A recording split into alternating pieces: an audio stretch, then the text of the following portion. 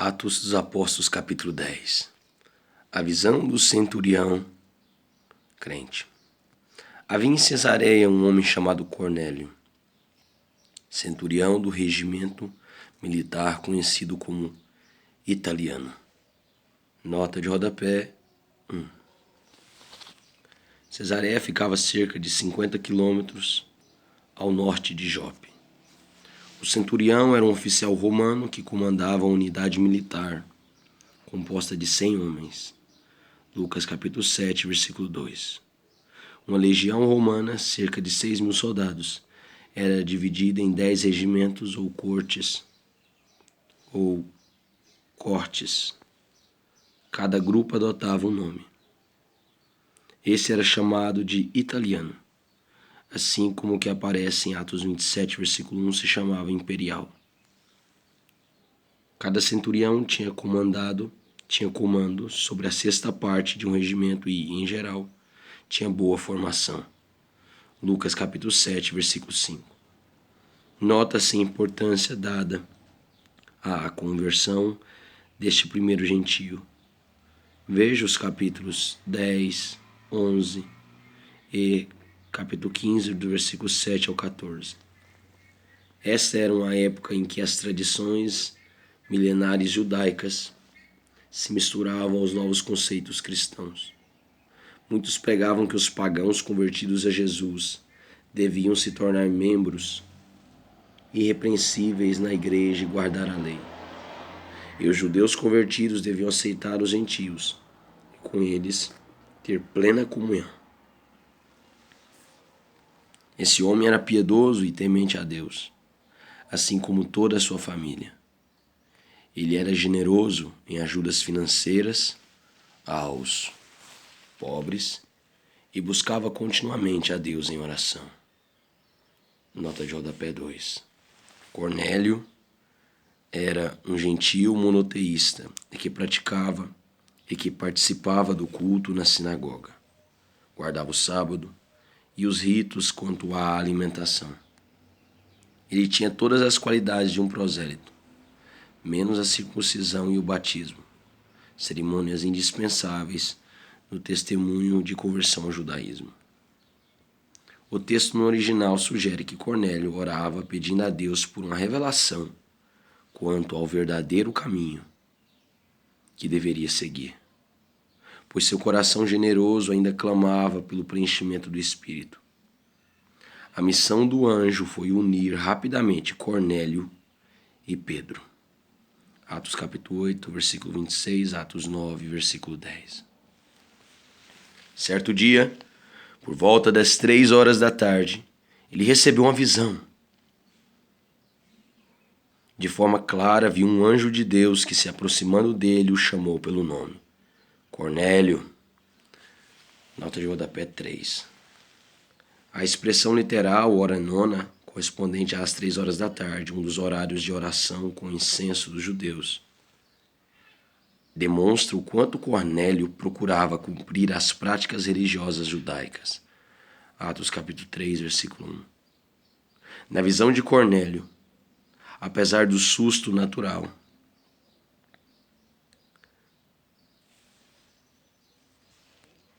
não ocorreu qualquer espécie de êxtase, apenas a transmissão de um recado de Deus, enquanto aquele orava. Versículo 30, Atos capítulo 9, versículo 11. Estarrecido e com os olhos fitos no anjo, indagou: Quem é, Senhor? Quem é, Senhor? Ao que o anjo lhe comunica: Tuas orações e esmolas aos necessitados subiram como oferta memorial à presença de Deus. Nota de rodapé 4. Deus compara as orações de um coração fiel, sincero e generoso à porção da oferta dos manjares que era queimada diante da sua presença no Antigo Testamento, chamada memorial. As orações de Cornélio assemelhavam-se aos sacrifícios dos judeus piedosos, esperando pelo Messias. Levíticos capítulo 2, do versículo 2 ao versículo 16. Agora, envia alguns homens a Jope. A Jope manda chamar Simão, também conhecido pelo segundo nome, Pedro. Ele está hospedado com Simão, o curtidor de couro, cuja casa fica à beira-mar. Assim que o anjo que lhe falava se retirou, chamou 2 dos seus servos e um soldado piedoso dentre todos que estavam a seu serviço e, compartilhando com eles tudo quanto havia se passado, os enviou a Jope. A visão do apóstolo Pedro. No dia seguinte, por volta do meio-dia, Pedro subiu ao terraço da casa para orar. Enquanto isso, os homens vinham pelo caminho e já estavam próximos de Jope. Nota de rodapé 5. Deus compara as orações de um coração fiel, sincero, generoso à porção de oferta dos manjares. Nota de rodapé 5. Era comuns nas casas palestinas os telhados planos em laje, com escadarias externas. O terraço superior, o eirado, era usado como lugar apropriado para momentos de reflexão, devoção e, em outras oportunidades, para reuniões sociais a céu aberto.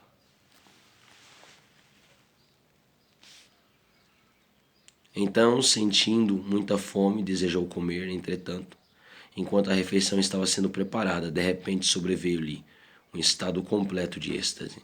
Nota de rodapé 6. A expressão nos originais gregos, aqui traduzida por êxtase, revela que Deus produziu na mente de Pedro um estado especial de consciência, por meio da qual poderia ver e ouvir perfeitamente a mensagem que o Senhor lhe desejava transmitir. Não foi uma alucinação, nem tampouco imaginação, fruto de qualquer vertigem, por causa da altura. A expressão céu aberto indica uma concreta revelação divina. Lucas capítulo 3, versículo 21. O meio-dia corresponde à forma literal, hora sexta. Então viu o céu aberto e algo parecido com um grande lençol que vinha descendo em direção à terra, amarrado pelas 4 pontas, contendo toda a espécie de quadrúpedes, bem como animais que rastejam sobre a terra e aves do céu. Nota de rodapé 7. A expressão toda a espécie de quadrúpedes significa toda a criação, incluindo os animais puros e impuros, Levíticos capítulo 11.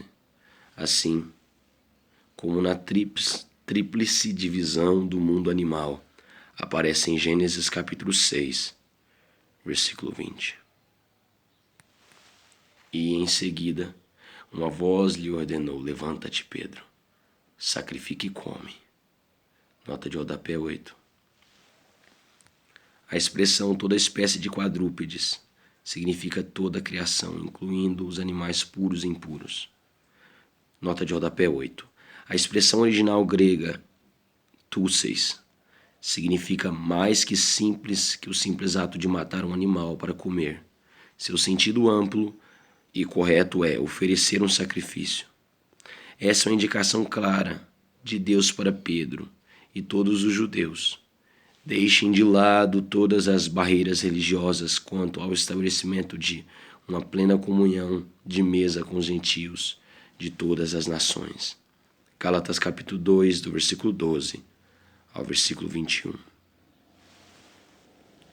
Em seguida, uma voz lhe ordenou: levanta-te, Pedro, sacrifica e come.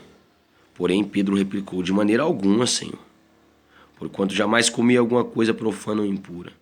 Contudo, a voz insistiu pela segunda vez: não consideres impuro o que Deus purificou. Nota de rodapé 9. Jesus havia preparado o caminho para que as ordenanças quanto aos alimentos religiosamente puros e impuros fossem superadas por outros valores mais importantes do reino. Mateus capítulo 15, versículo 11, 1 Timóteo capítulo 4, do versículo 3 ao versículo 5. Pedro, como nós, parece sempre necessitar ouvir algumas repetições da parte do Senhor. Pedro, tu me amas, Pedro, tu me amas, Pedro, tu me amas. Não consideres impuro o que Deus purificou. Este diálogo ocorreu por 3 vezes. E logo em seguida o lençol foi levado novamente para o céu.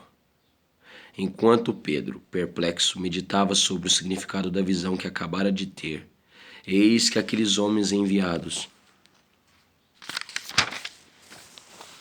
por Cornélio havendo especulado por Simão, chegaram à porta de sua casa. Então, chamando, indagaram se ali estava hospedado Simão, também chamado Pedro. Pedro ainda refletia sobre a visão, quando o Espírito lhe ordenou: Simão, eis que estão à porta 3 homens que te procuram. Prepara-te, portanto, desce e não tenhas receio de ir com eles, pois eu os enviei a ti. Pedro desceu e declarou aos homens: Aqui me tendes, sou o homem a quem procurais. Qual é o motivo da vossa vinda? Então os homens lhe comunicaram: Eis que viemos da parte do centurião Cornélio, homem justo e temente a Deus, e que tem bom testemunho perante todo o povo judeu. Um santo anjo lhe ordenou que o mandasse chamar-te à sua casa, a fim de que ele possa ouvir o que tens a lhe dizer. Jesus é o Senhor de todos os povos. Diante disto, Pedro os convidou a entrar e os hospedou. No dia seguinte aprontou-se e partiu com eles. Também alguns irmãos dos que habitavam em Jope seguiram em sua companhia. Nota de rodapé 10. Ao convidá-los a entrar e oferecer-lhes alojamento, Pedro está humildemente dando o primeiro passo em direção à aceitação dos gentios, pois pelas antigas leis judaicas, um judeu jamais poderia receber um gentio sobre o mesmo teto. O Espírito confirmou o significado surpreendente para um judeu tradicional, mas evidente da visão. Deus aboliu em Cristo qualquer distinção entre judeus e gentios. Gálatas capítulo 3, versículo 28. 6 crentes judeus foram com Pedro na expectativa de participar de algum evento importante. Atos capítulo 10, versículo 45, Atos capítulo 11, versículo 12. Um dia depois chegaram a Cesareia e Cornélio os esperava, havendo reunido seus parentes e amigos mais chegados. Aconteceu que, quando Pedro ia caminhando para dentro da casa, Cornélio saiu ao encontro e, prostrando-se a seus pés, o reverenciou. Pedro, no entanto, imediatamente o fez aprumar-se, ponderando-lhe: Levanta-te, pois sou tão humano como tu és. Então, conversando com ele, Pedro entrou na casa e encontrou ali reunidas muitas pessoas. E lhes explicou: Vós bem sabeis que é contra a nossa lei um judeu associar-se a qualquer gentio, nem mesmo por uma breve visita. Contudo, Deus revelou-me que a nenhuma pessoa devo considerar impura ou imunda. Nota de rodapé 11. Pedro compreendeu que sua visão tinha um sentido mais profundo e abrangente do que apenas declarar a distinção entre uma carne pura e boa para o consumo de uma imprópria. Reconheceu que o grande obstáculo que por séculos separou os judeus dos demais povos da terra em Cristo havia sido vencido. Efésios capítulo 2, do versículo 11 até o versículo 22. O fundamento do Evangelho universal foi a base dos ideais democráticos e abolicionistas. Nenhum homem deve ser escravo de outro, por nenhuma razão. Por essa razão, assim que fui procurado, vim sem qualquer objeção. Agora, pois, vos indago, por qual motivo me mandastes chamar? Ao que Cornélio lhe declarou: Faz hoje 4 dias que eu estava em jejum. Orando em minha casa. Por volta desta hora, às 3 horas da tarde, subitamente apresentou-me diante de mim um homem com roupas resplandecentes. Nota de rodapé 12. Os judeus contavam parte de um dia como um inteiro. Portanto, foram 4 dias. O dia em que o anjo apareceu a Cornélio, o dia que os mensageiros chegaram à casa onde estava Pedro, o dia em que a comitiva parte com Pedro de Jope e o 4º dia em que chegam à casa de Cornélio. Alguns originais antigos e fiéis em grego trazem a expressão jejuando ao lado do vocábulo orando, como em Mateus 9, versículo 15. E ordenou-me, Cornélio, Deus ouviu tuas orações e lembrou-se das tuas ajudas aos pobres. Portanto, manda buscar em Jope a Simão, também chamado Pedro. Ele está hospedado na casa de Simão, o curtidor de couro, que mora próximo ao mar. Então, sem demora, mandei chamar-te, e fizeste bem em vir. Agora, pois, estamos todos aqui na presença de Deus, com o propósito de ouvir tudo quanto o Senhor te ordenou dizer-nos. Diante disto, Pedro começou a compartilhar. Agora sim, percebo verdadeiramente que Deus não trata as pessoas com qualquer tipo de parcialidade. Antes, porém, de todas as nacionalidades, recebe todo aquele que o teme e pratica a justiça. Esta é a palavra de Deus, esta é a palavra que Deus mandou aos filhos de Israel, anunciando-lhes o evangelho da paz por intermédio de Jesus Cristo. Este, portanto, é o Senhor de todos. Nota de rodapé 13. A primeira mensagem dirigida aos gentios revela que Deus não é como um rei que dispensa favores aos seus favoritos. Essa frase do grego é uma tradução do hebraico e se refere a um juiz parcial e interesseiro. Pedro não prega a salvação por méritos ou obras, mas a aceitação de Deus oferecida graciosa e misericordiosamente a todos os seres humanos de todas as nacionalidades. Nem raça ou rito religioso salvam. Somente o dom gratuito de Deus, que se revela a quem o busca com sinceridade. Atos capítulo 17, versículo 27. Cristo não é somente o Messias nacional de Israel, mas o Rei do Universo. Só por meio de Jesus Cristo pode haver paz entre Deus e os seres humanos. Isaías 52, versículo 7, versículo 15. E entre judeus e gentios. Efésios capítulo 2, versículo 17. Essa palavra, vós muito bem conheceis, foi proclamada por toda a Judéia, começando pela Galiléia, depois do batismo pregado por João. Nota de rodapé 14.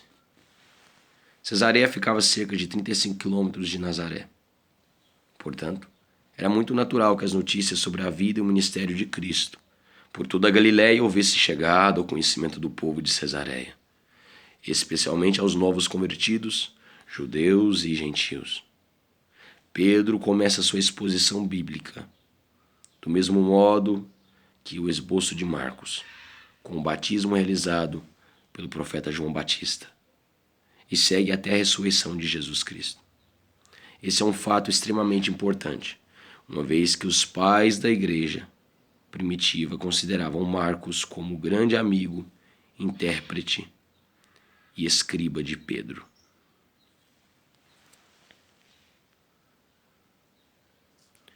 E se refere a Jesus de Nazaré, de como Deus o ungiu com Espírito Santo e poder, e como ele caminhou por toda a parte, realizando o bem e salvando todos os oprimidos pelo diabo, porquanto Deus era com ele. E nós somos testemunhas de tudo o que ele realizou na terra dos judeus, bem como em Jerusalém, onde o assassinaram suspendendo-o num madeiro. Nota de rodapé 15. O vocábulo madeiro, dos originais gregos chulon, que significa mastro feito de árvore, ou estaca de madeira, é uma expressão característica de Pedro. Atos capítulo 5, versículo 30, 1 Pedro capítulo 2, versículo 24. Deus, entretanto, o ressuscitou ao 3º dia. Ele concedeu que fosse visto, não por toda a população, mas por testemunhas que previamente escolhera para este propósito, por nós que comemos e bebemos com ele, depois que ressuscitou dos mortos. João capítulo 21, nota de rodapé 16. As pessoas que tiveram o privilégio de comer e beber com Jesus após sua morte e ressurreição foram testemunhas oculares das evidências inconfundíveis da sua ressurreição física. Lucas capítulo 24, do versículo 42 ao 43, João capítulo 21, do versículo 12 ao 15, Apocalipse capítulo 3, versículo 20. Comemos e bebemos com ele, depois que ressuscitou dos mortos. E foi ele mesmo, Jesus, que nos mandou pregar a todas as pessoas e testemunhar que foi a ele que Deus constituiu juiz dos vivos e dos mortos. Nota de rodapé 17. Pedro refere-se à comissão dada aos apóstolos e a todo crente em Jesus. Lucas capítulo 24, do versículo 47 ao 48, Atos capítulo 1, versículo 8. Jesus é o juiz de vivos e mortos. 1 Pedro capítulo 4, do versículo 5 ao 6. Todos os profetas testemunham sobre ele. Todos os profetas testemunhavam. Todos os profetas falam dele, de Cristo, afirmando que qualquer pessoa que nele crê recebe o perdão de todos os pecados mediante o seu nome. E aconteceu que enquanto Pedro ainda pronunciava estas palavras, o Espírito Santo desceu de repente sobre todos os que ouviam a mensagem. E aconteceu que enquanto Pedro ainda pronunciava estas palavras, enquanto ele pregava, o Espírito Santo desceu de repente sobre todos que ouviam a mensagem. Aqueles crentes judeus que vieram com Pedro ficaram admirados de que o dom do Espírito Santo estivesse sendo derramado inclusive sobre os gentios. Nota de rodapé 18. A expressão literal usada para descrever o advento do Espírito naquele momento foi caiu o Espírito, cujo sentido está na velocidade e amplitude do fenômeno, que num instante tomou por completo a cada um dos indivíduos presentes. Esse fato ficou conhecido como Pentecostes dos gentios, o Pentecoste dos pagãos, mesmo antes do batismo, confirmando assim a inclusão daqueles crentes na igreja, sem a necessidade de passar pelos ritos de conversão ao judaísmo. Porquanto os ouviam se expressando em línguas estranhas e exaltando a Deus, diante disso exclamou Pedro: será possível que alguém ainda recuse água e impeça que estes sejam batizados? Eles, assim como nós, receberam o mesmo Espírito Santo. Nota de rodapé 19. Os primeiros cristãos judeus tinham grande dificuldade em aceitar que os gentios convertidos, os pagãos convertidos a Jesus, tivessem os mesmos direitos e participação nas bênçãos da redenção. Todavia, os gentios haviam recebido o mesmo dom. Atos capítulo 11, versículo 17, dos crentes judeus. Os crentes gentios foram agraciados com a mesma visitação poderosa do Espírito de Deus e falaram em línguas, exatamente como seus irmãos judeus no dia de Pentecostes, Atos capítulo 2. Essa era uma evidência inquestionável, de que o reino estava pronto a receber judeus e gentios, judeus e pagãos. Portanto, o batismo, como marca e símbolo da união do crente com Cristo e seu povo, a igreja, seu corpo, a igreja, não pode, de maneira alguma, ser jamais negado a todo aquele que, arrependido dos seus pecados, desejar unir-se, desejar se tornar unir-se a Jesus e viver eternamente em seu reino. Romanos capítulo 6, do versículo 3 ao versículo 5, 1 Coríntios, capítulo 12, versículo 13. Em seguida, mandou que fossem batizados em nome de Jesus Cristo. Então suplicaram a Pedro que permanecesse com eles por alguns dias.